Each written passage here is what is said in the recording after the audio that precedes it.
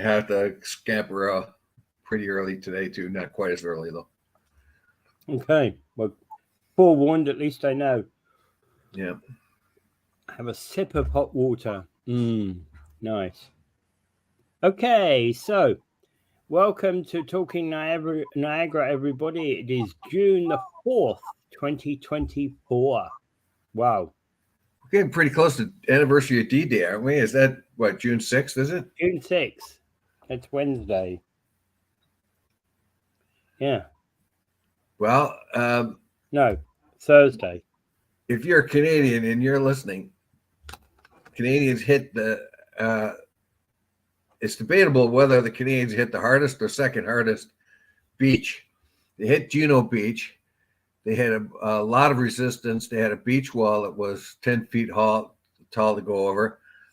It really almost never gets noticed. And if it weren't for an American historian who was going through the whole D-Day thing, he was really thrown by how difficult the Canadian beach was. Like, it was super hard. Like, it was right up there with Omaha. Now the British had a couple of beaches, Canadians had one, and the Americans had a couple.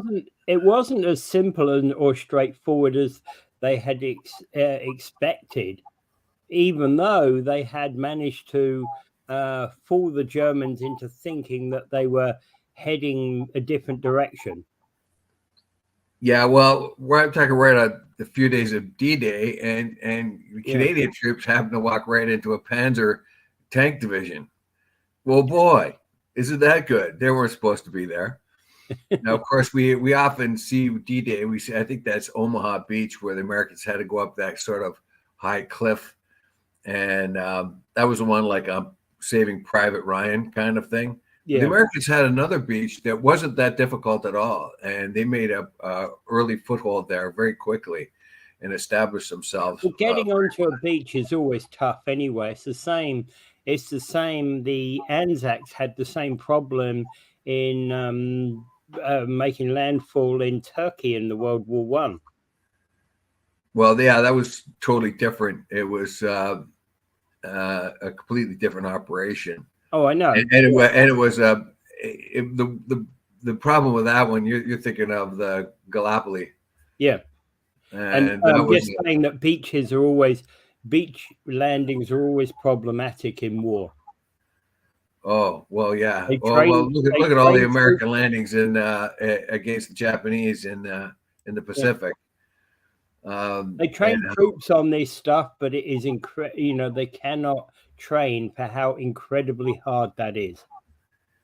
Well, that's where you need leadership. Somebody can adapt to a changing situation. When they get there, it's not what they thought it was going to be.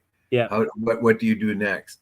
And then, and of course, we have Scotty, the D-Day, our guy that played Scotty in Star Trek, Dugan, James Dugan.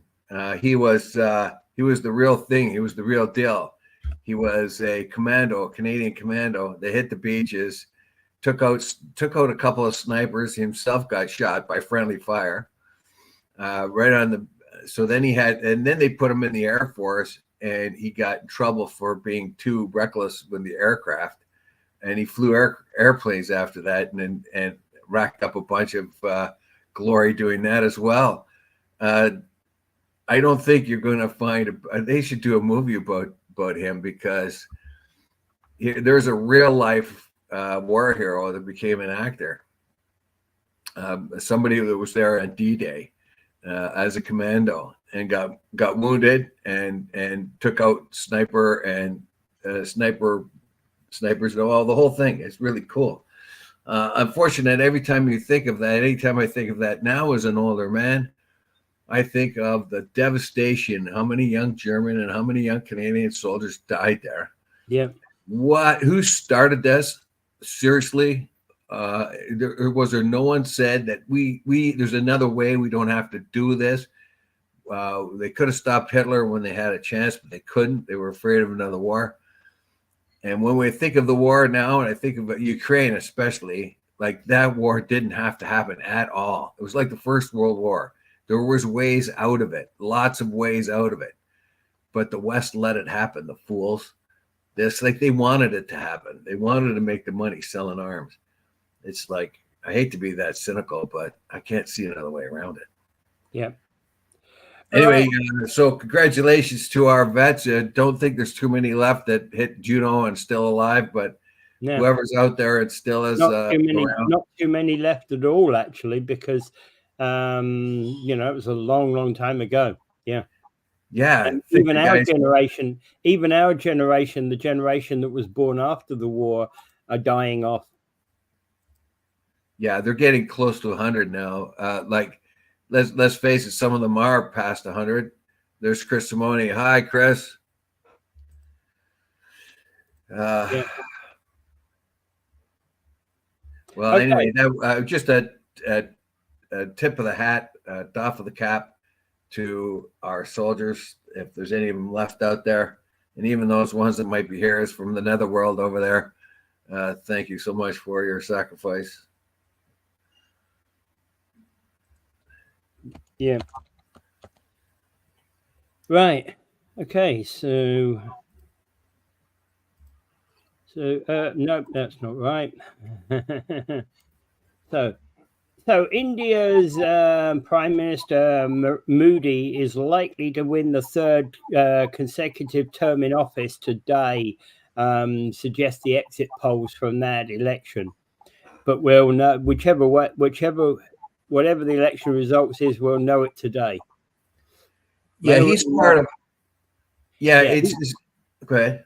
He's part of a National Democratic Alliance, which is led by the BJP, Bharatiya Janata Party, and they're the front runners in the election right now. But the election poll may have actually already been announced because they're 8 hours or more, 8.5, 9 hours ahead of us. Yes. Well, we don't know if he's going to be the winner. He probably will be. And there are things here that we have to face, like Modi. Modi controls the press, basically. The Indian press is worse than the North American press. They really do what they're told, basically. They follow the sort of the government narrative whenever they can, and that's a big advantage for Modi when he's doing this thing. When I was in India in 2018, they had a local election. I was in Jaipur at the time. They had a local election coming up, but maybe it was a India-wide election, but I don't think so. I think it was a local, and they had the BJP guys out there blowing on horns and doing their things and doing their rallies. And so that's democracy in action. I've just gotten the results, and he's won 244 seats. BJP won 244. They needed 272. In INC National Congress Party has actually won 98 seats, 18% of the vote. And there's a smattering of other parties that have won other seats. So he's going to have to do a coalition. Yeah. And he's probably going to use that same coalition that you mentioned earlier. Yeah. And that's going to get him in.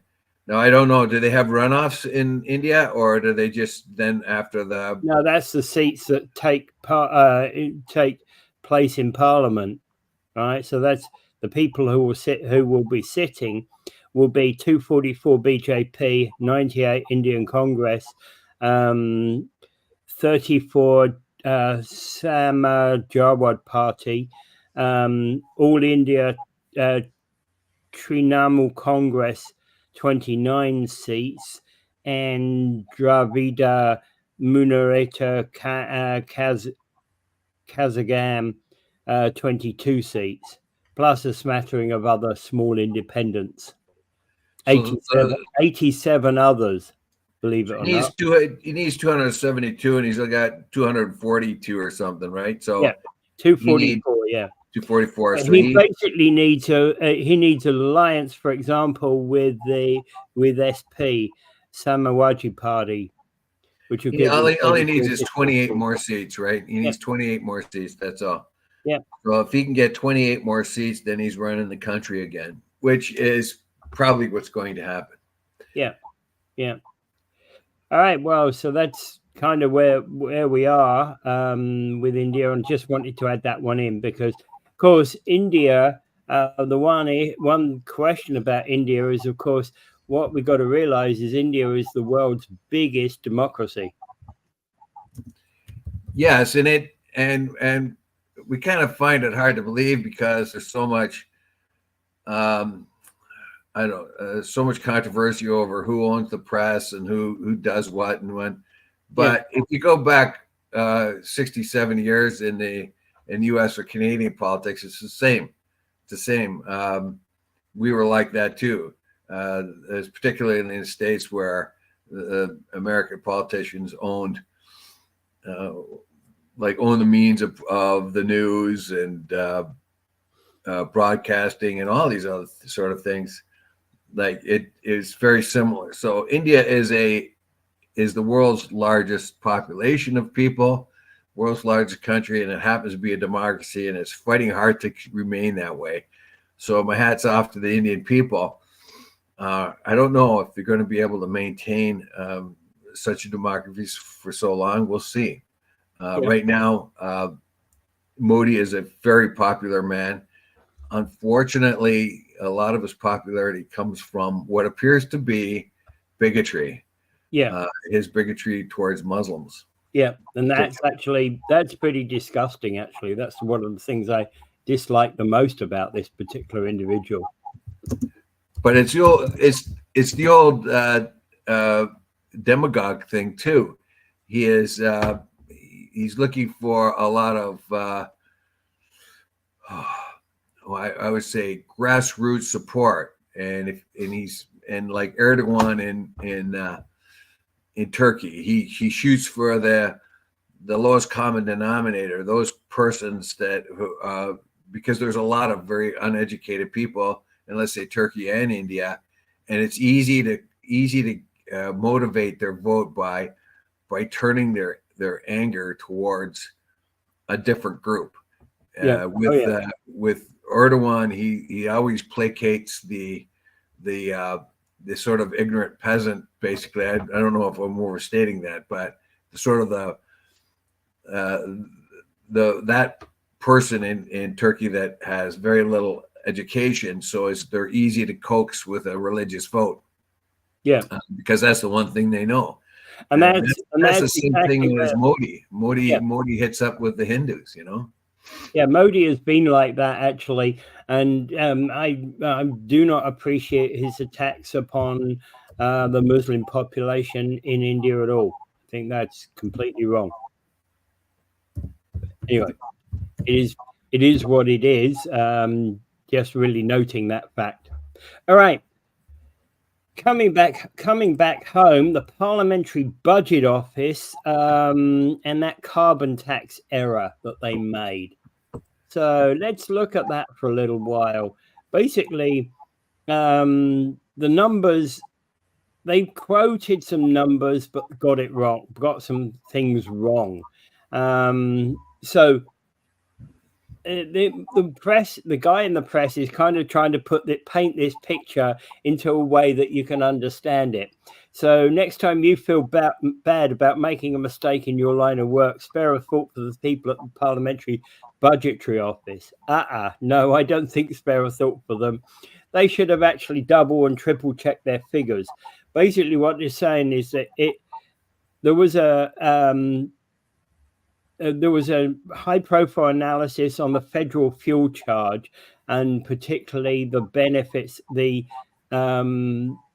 benefits paid back to people, and their complex computer code actually included the federal output-based pricing system, commonly known as industrial carbon pricing, when it wasn't supposed to, and it calculated that into what was supposedly the the tax rebate. Yeah. So, in the bottom line, though, the guy, what's his name, Officer Yves Giraud, says that in the end, there's not much difference in the bottom line. Well, no, this is I disagree. Go ahead. I would say he hasn't really proven that to us. He's just stating that and saying, believe me, believe me. No. Yeah. So what he's done is he's added industrial carbon tax basically onto the other taxes. And to tell you the truth, this article really didn't clear it up for me that well. This is the thing I have been calling for, as you know, in the last few weeks. I've been asking for a journalist to sit down and sort of sort this all out for us. Do we or do we not get more rebate than we spend? Now, what the conservatives have argued is, or what the liberals have argued, is that you're going to get a rebate that's more than what you paid. What you paid at the gas pump, and if you use natural gas for your fuel. However, that's not really working out that well because they had to make a carve out for people who used oil down east. Okay, well, it didn't work for them, so we're going to give them a carve out. We're going to give them a special deal. They found that the farmers, that a lot of they put too much burden on the farmers, so they made a little bit of a carve out for farmers, not much of one. What the conservatives have said, well, what the gas that you use in your furnace and the gas you use in your car is only part of it. You have to do the layering effect. Basically, how much does it cost and we'll go back to the food analogy that we've used constantly. Yeah. So the farmer has to put more expensive gas into his tractor and into his combine, which adds cost to the food. Yeah. Then the trucker has to take that food in diesel that costs more because of the tax to the grocery store. So all those added costs come back to us. Wholesalers and grocery stores, you need to add about 3 or 4 levels in there. But yes, I get it.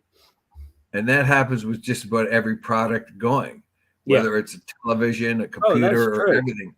Anything has to be built and it has to use energy. Anything that has to be transported has to use energy. So if my computer gets here from China in Vancouver and then has to get trucked all the way here through Canada, right? That's the rail, that's the trucks, that's everything, and all that added fuel cost, carbon cost goes onto my computer. But let's say that your computer's made in Markham, right? But all the components are sourced from across the world. Just the shipping cost for the components will add to the price of your computer. Yeah, that's my whole point, and that's what conservatives are saying. Yeah, the liberals are saying, "Oh no, you're getting," but they never talk about the layering effect. Now, here's an opportunity for them to say, "Okay, the PBO, the Parliament Budgetary Officer, screwed up, and he's added things where they shouldn't be and subtracted things where they shouldn't be." And he had to resort everything out. But they're really not telling us much, are they? They're in this particular article, it shows that the PBO quietly updated a section of its website mid-April to fess up to messed up and retroactively added a note to his previous published reports, but it took until this week. That was way back in April. This week for many people to notice. What is going on? What is going on? We have something that happened in April but was kept quiet until now, right? Part of the problem here is it makes the whole thing about the carbon tax and the carbon tax relief rebates, etc., it makes us question that whole thing. Yeah, the whole idea. Arguably, we should question every financial figure that comes out of the government, whatever the shade of the government. right? But no matter what the party is. We tend to take a lot of these as for granted. And here's a hitch.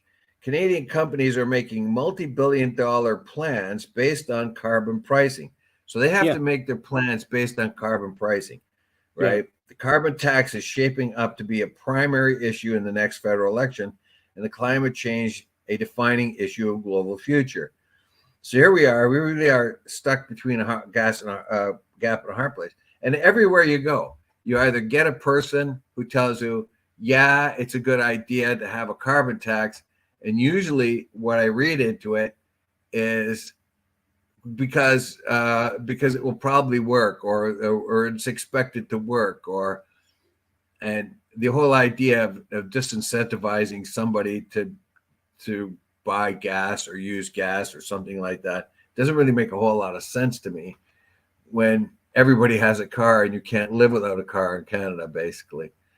And well, you can. And then you always get these people. You get all these people. Some say, "Oh yeah, carbon tax is good. It's real good." Then you get other people say, "Well, it doesn't make sense. It's not going to work. It hasn't worked up until now." Our climate strategy has not worked very well at all, and seriously, I haven't yet. And what I've been calling for is one or two trusted journalists who don't have any alignment politically or idealistically to shake down this carbon tax. Is it good for the average person, or is it not? Or will it work, or will it not? And I really can't get clear answers on any of that.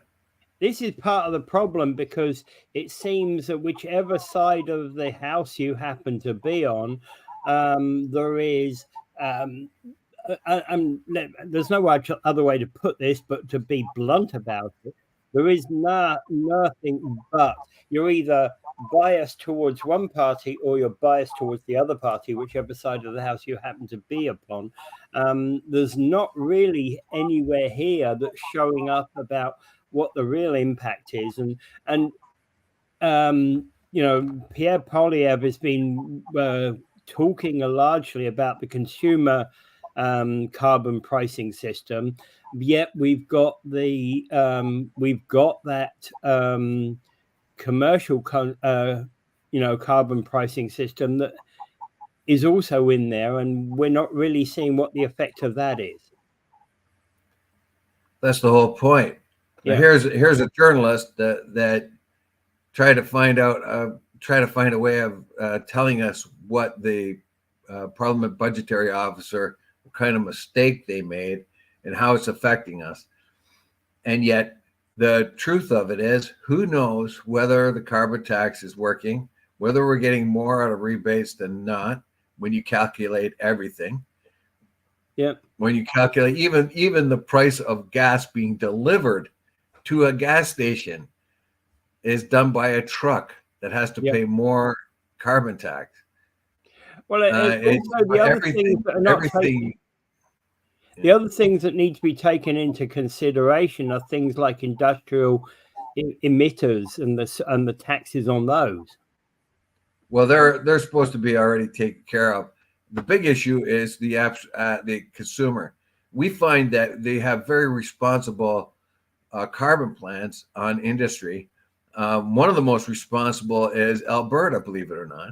I looked into this, and Alberta has a very, very, very, very sound carbon and pollution policies outlined for its industries.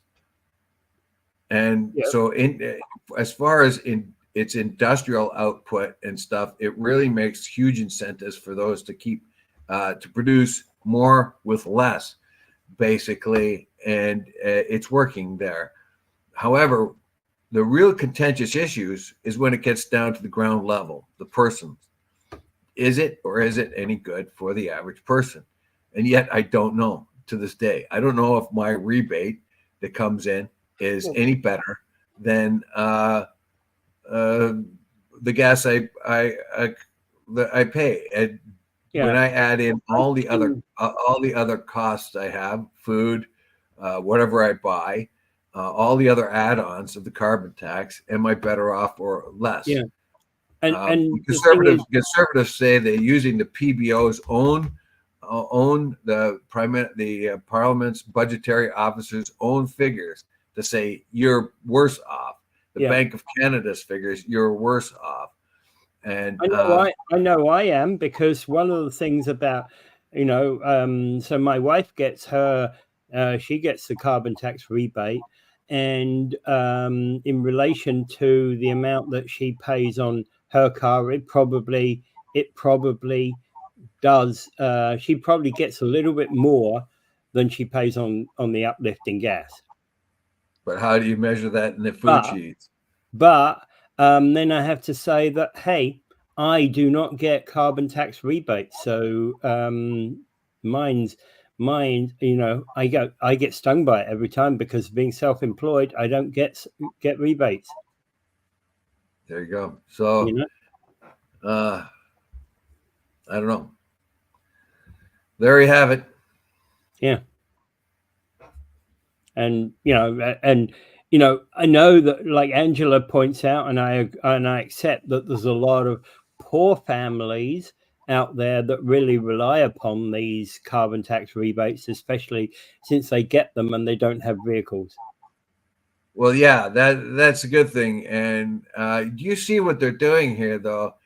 The persons that I'm really worried about is those persons that are a notch above them, that have a car.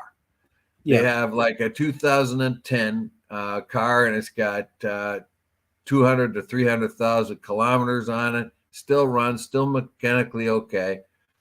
They're not going to be able to buy another car, and they're going to be stuck with that for a few more years. And they have to put gas in it to get to work. They have to put gas in it to get the kids to where they will have to be. And are they working out? Is things working out for them? Because the incentive, if you add up all of the food the kids eat, and the groceries and all the other add-on things that the carbon tax adds price to, are they really better off or not? I have a feeling that they're not. And the incentive and basically the incentive that's supposed to be there, they call it an incentive. I call it a disincentive. Incentive to buy not use carbon fuels, and to buy more fuel efficient vehicles, and to go with heat pumps and all the other things that are offered, is really not that viable for people who are have very, very little income coming in. Yeah. It's just not viable. Yeah. And the heat pumps and things like that cost a fortune anyway to put in. Even if they're deferred by even if you get a break from the government, on a heat pump. Yeah. Even if you get a big break, like they said they're going to give you on a heat pump, I don't see anybody clamoring out there to buy a heat pump. And what are you doing too? You're saying, okay, we'll give you a heat pump. We're gonna knock $10,000 off your heat pump. Well, what about I got an electric furnace. They're gonna knock $10,000 off mine because I might need a new electric furnace, but because I got an electric furnace, I'm going to get a break. Yeah, yeah. Well, that's one of the oddities about all of this. You can't put it all together, and sure. The poorest among us can't afford heat pumps. Well, yeah, that's the whole point. Is okay. So I like the idea of the rebate. The poorest of the poor get a bit of a break on the rebate, but what about that person, the working poor? Do they get anything better? Lori Parliament says, they spend an extra $80 on gas now per month. As a couple, we receive $200 for 3 months. I don't get the money my husband does. Okay. Yeah. So they're and basically Chris Simone's also saying I'm still not clear upon the carbon tax, and whether how it works and whether we're actually making any money out of it. Well, yeah, and that's the problem. That Now the liberals would come along and says, you know what, we didn't explain it properly. We got to explain it more properly. Then they go around and explain it and make things even more confusing. Yeah. The liberals said thinks that their carbon tax is going to be universally accepted. How wonderful it is. And then the conservatives come along and start poking holes in it, like big holes. And they're saying, well, wait a minute. That's not the way you're supposed to talk about it. We better explain ourselves a little bit better. And yet, where is that explanation? It's really come out, has it? You know, you get one opinion columnist saying, oh, it's good for us, and another one saying it's not good for us. And then you got an article like this trying to sort out what the mistake was and whether it's going to affect Canadians or not. Yeah. And still no answer. Yeah. And the thing is, let's say what I'd love to see is that compared to, let's say, 2019, I'd love to see a question which, okay, so Paul says it's a scam.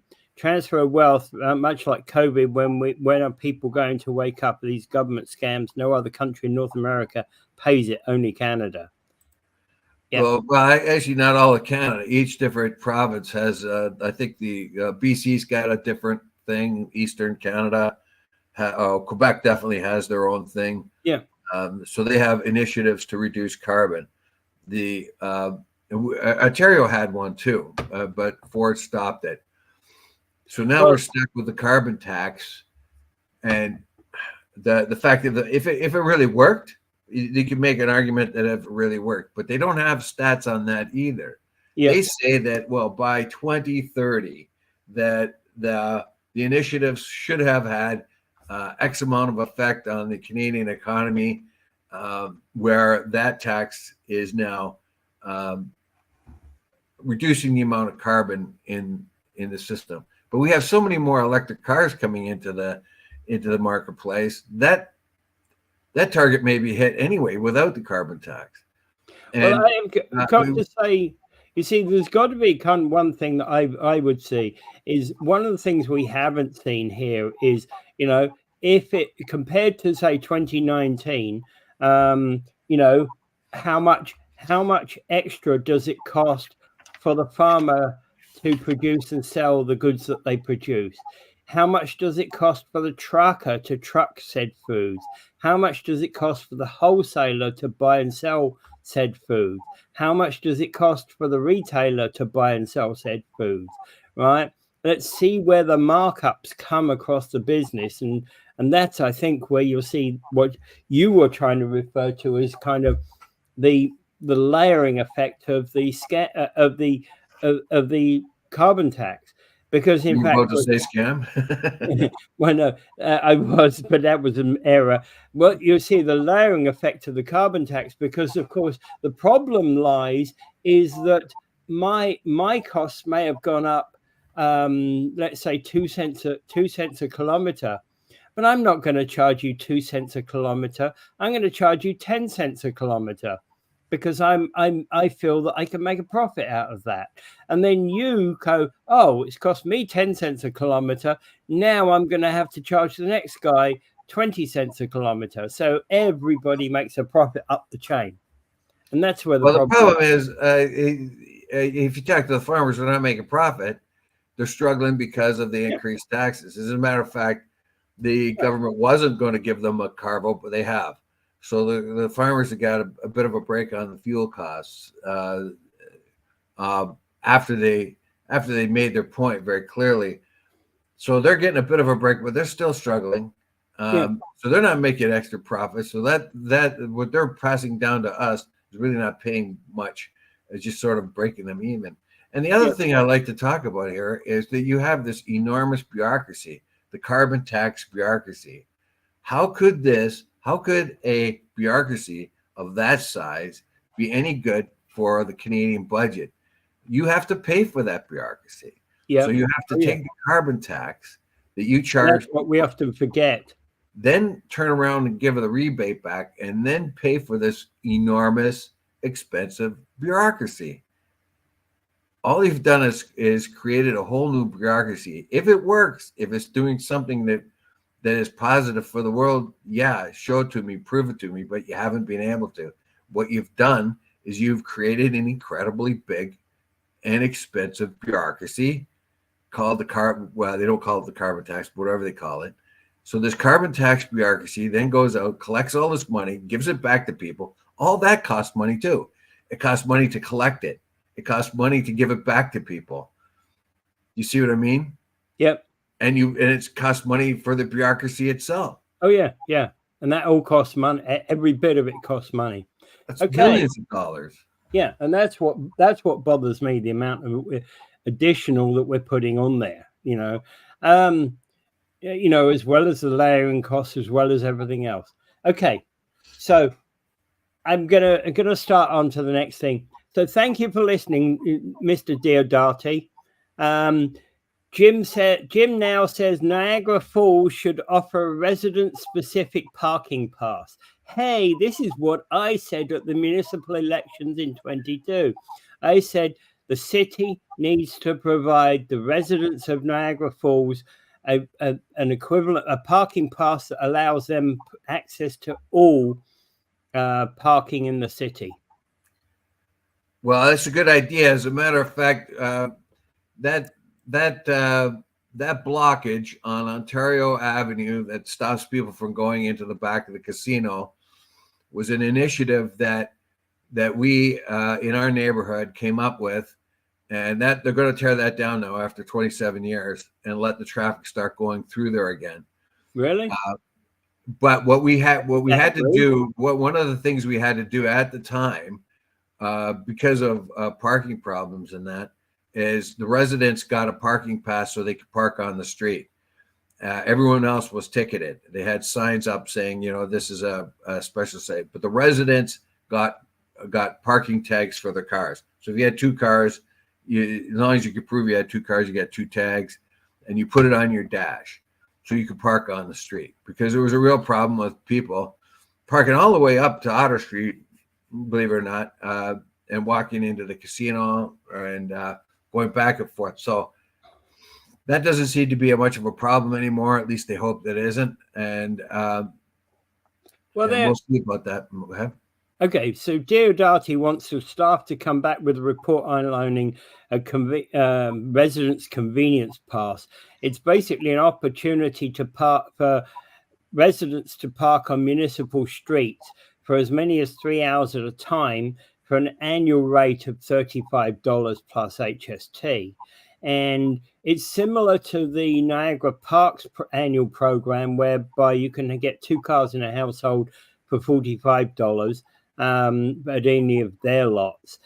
So the Niagara Parks program is, Diodati is basically saying he likes the Parks program. It sold 18,000 passes last year and is ahead of that this year. And he's saying that we should be doing the same for the Falls, for the on-street parking, particularly, let's say, places like Queen Street, Portage Road near the hospital, Victoria Avenue, Ellen Avenue, Fallsview Boulevard, Chippewa, Ferry Street, and Main Street, etc., etc. So basically, wherever there's on-street parking.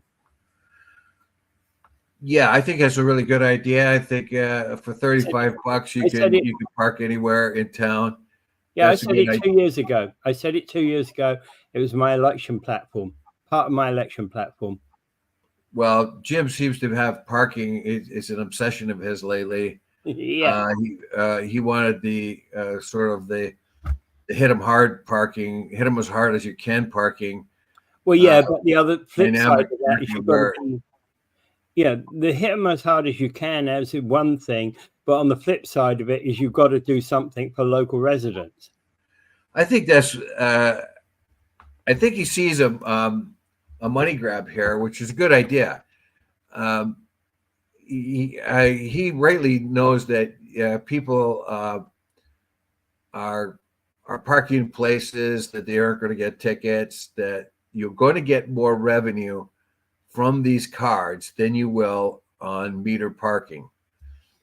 So you have metered parking here and there in front of the hospital and other different places around. And he knows that you're going to, that they're not maxing out on their parking.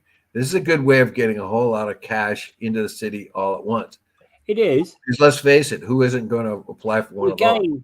Again, the issue about, for example, 3-hour parking if you work on Queen Street, so it means that you can sit your car there for 3 hours with your residence pass on it, and now you have to move it for another 3 hours. I don't know. Queen Street may be an exception if the businesses there may not like that, but the parking any of the other parking lots adjacent to it, like the one on St. Lawrence there, or close to St. I think there's one on St. Lawrence there, right? That there's parking up all of those streets. Buckley, I don't know. There's paid parking on many of those streets. Yeah. Yeah. So that would be useful there, but the street itself, I'm not so sure, Queen Street, but he's looked at the Niagara Parks pass, which I usually buy, and Niagara Parks pass has actually come down in price, but they're making a hell of a lot of money. It used to be 75 when it first came out. Now it's 45, which I think is not a bad. Actually 45 for 2 cars per household per year. That's not a bad price. And basically, you get a ticket, you can stick them in your car, which basically means you can go any of the Niagara parks, and just stick that in your window, and you're good. Yeah, as a matter of fact, I'm due for my next one now. Like mine's just running out, I think, in a couple days. But yeah, so that's a good idea, and he's seeing how successful that is for the Niagara Parks. As a matter of fact, they thought it was a little bit too successful at one time. The argument was, if we give out too many more of these passes, I mean, 18,000, I think they've put out, and they're on track to give out more of this. So 18,000 times $45. That's right? That's a good owner. And in fact, actually, they shouldn't be moaning about selling too many of these things. In reality, what they should be looking at is actually the fact that Niagara residents are actually taking advantage of these opportunities. So what is 18,000 times 45? Let me just check it out on my calculator. Go on. So 18,000 times 45. There's $810,000. And they're on track for more this year. So conceivably, they could get an extra $1 million in their pockets just on parking passes. Yeah. So you can see the mayor just wringing his hands right now, thinking of maybe another $500,000 come into the coffers. I don't know if it'd be that much, but maybe like $200,000-$300,000.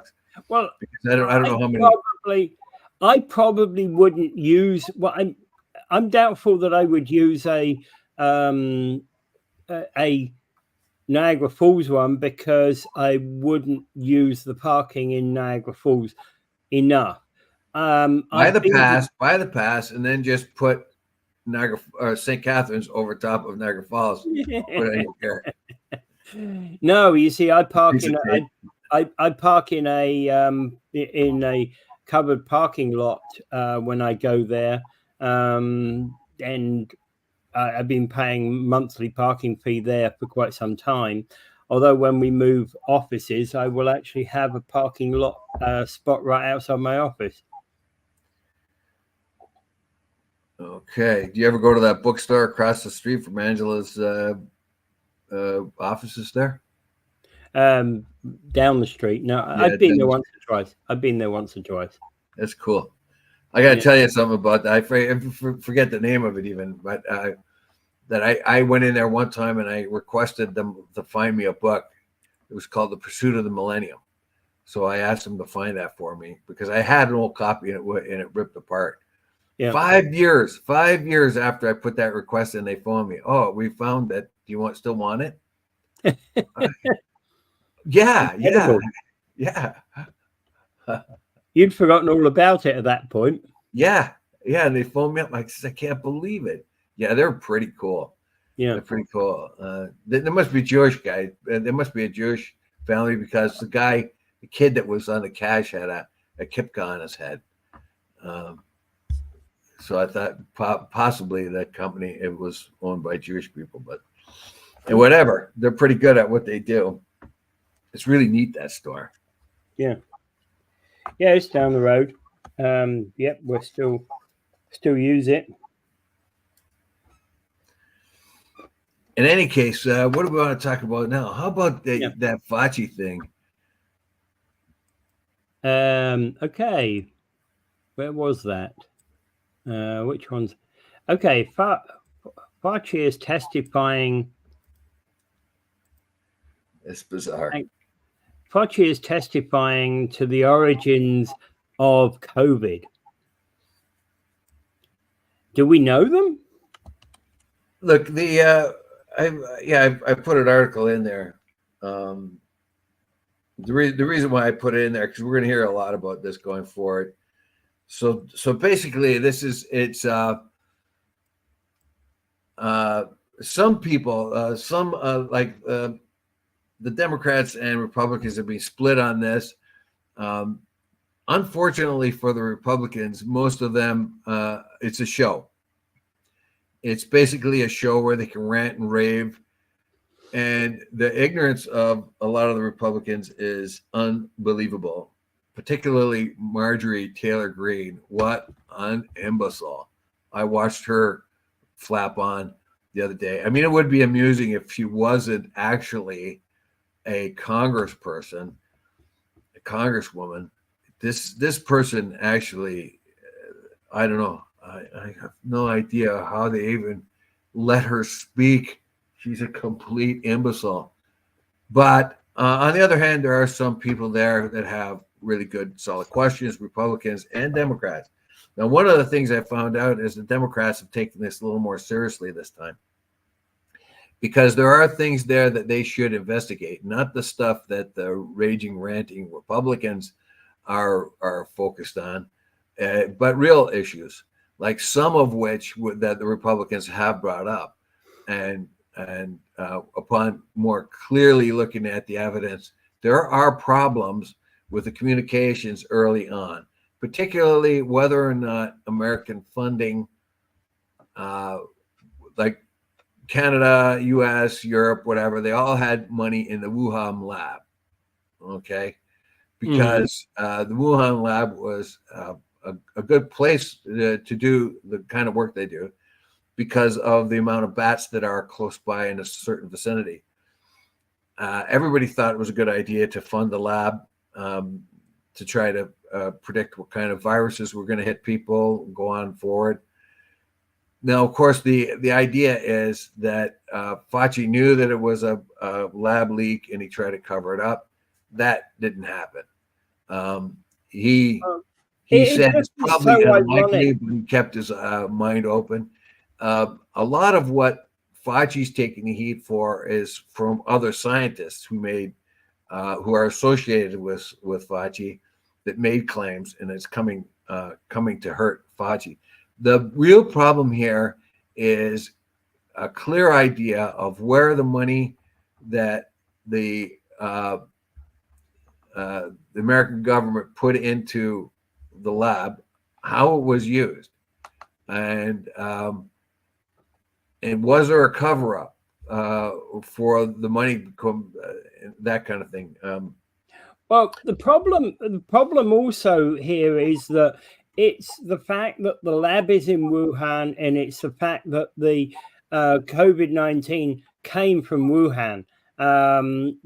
That's what I think a lot of people can't get over, the incredible coincidence of the two, of that whole issue. And that's where this kind of thing comes up, that there's no such thing as a coincidence. Yeah, I remember early on there was the idea that it may have come from the lab, and most scientists at the time says probably not the case. It probably came from the wild, but they kept their minds open, and that's exactly where Fauci sits.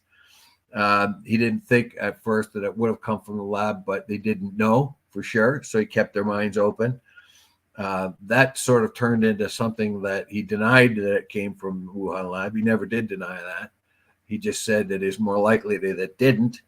And the World Health Organization also, at first off, accepted Chinese data on that and said it came from a wet market.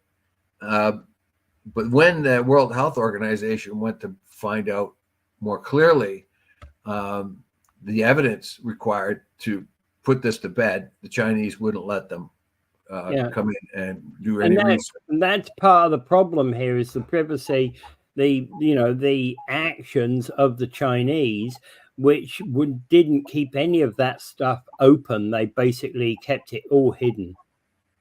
Now, the problem I have with this whole inquiry, now Fauci has voluntarily come to this. He didn't have to, but he's voluntarily come to this.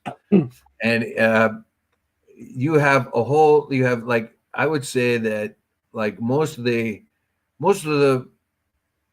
Congress people there have absolutely no idea what they're talking about when they talk about this issue. They haven't consulted other scientists. They haven't done anything. They spill off at the mouth like Marjorie Taylor Greene. She brings up a picture of dogs, the beagles. It says, "Look, you are a monster. Look what you did." He had nothing to do with that. Some of the research money may have got to that project, but the United States sends research money everywhere. Yeah, but that's kind of research. Yeah, I was going to say there's a wide scope of things that are researched on by many, many people, and labs, labs like that exist across the world. Yeah, basically, it's like a cop being and one of he's a cop is in charge of 3,000 other cops. He's the chief of police, and one of his cops kills somebody and say, "Okay, well, you were responsible for that, police chief. You were responsible." No, somebody may have been responsible for whoever hired him or whatever, but the police chief himself is not responsible for the actions of others. In a way, Fauci's getting blamed for a lot of stuff there that was out of his control, it seems to be. Now, is there much of a cover-up going on? All these things. I don't really think the Republicans and even the Democrats are fielding hard questions now. So they're taking this more seriously, which is a good thing, because basically you got to get to the bottom of it for a number of different reasons. Was the American taxpayers' money being spent wisely? Was the American taxpayer money being funded for gain of function research that may have backfired and the virus got released? It seems to me it's rather funny that Republicans say that it wasn't a virus at all. It was just a cold. But guess what? Where did it come from?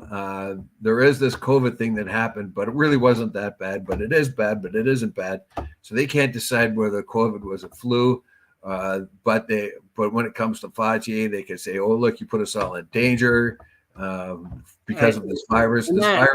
This virus they deny even exists any other time." Yeah, and that is part of the problem here. Is we've got political parties or political individuals that seem to be two-faced and confused over this entire issue. On one hand, they're accusing people, doctors and scientists, of all manner of bad things, and yet on the other hand, this disease didn't exist. Yeah, and remember, there's other spokespersons. There was Birch, and I forget the other person there too. They haven't mentioned them at all. They haven't mentioned the fact that Trump kept Fauci on for the whole thing. He didn't dismiss him. He didn't. He didn't do anything. He may have complained about him for a few times, but he could have taken him off of that, out of that any number of times. Yeah, he could have replaced Fauci, but he did not. Yeah. And why did he not? It's because the implication here is even though he'd like to complain about Fauci, he had no alternative. In this particular case, he didn't need a yes man. He needed somebody to tell him the truth, and he probably felt that he's going to get a better narrative from Fauci than anyone else. And at the same time, he could complain about him. If he replaced him and the same kind of theories were coming out, I don't know. So none of the Republicans are mentioning that. None of the Republicans are mentioning the fact that it was Trump that came up with the vaccine that they all hate. And so it's all politics. They don't talk from a scientific perspective. They are Congress people who don't know how to add and subtract, half of them, and they're trying to talk science. Yeah. If they brought in another scientist, that's what they need.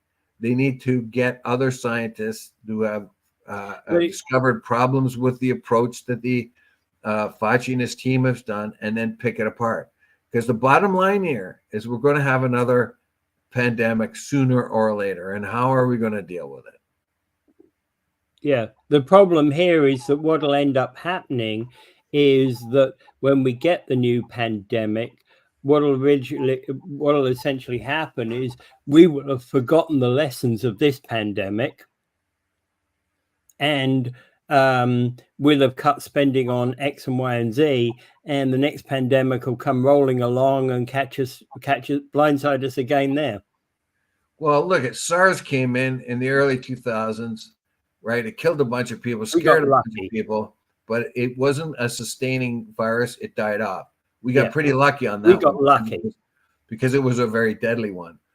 Yeah, we got very lucky with SARS. Yeah, but my point here is after SARS, they did have a whole situation all ready to go. They had masks, they had ventilators, they had everything planned to go for a major pandemic.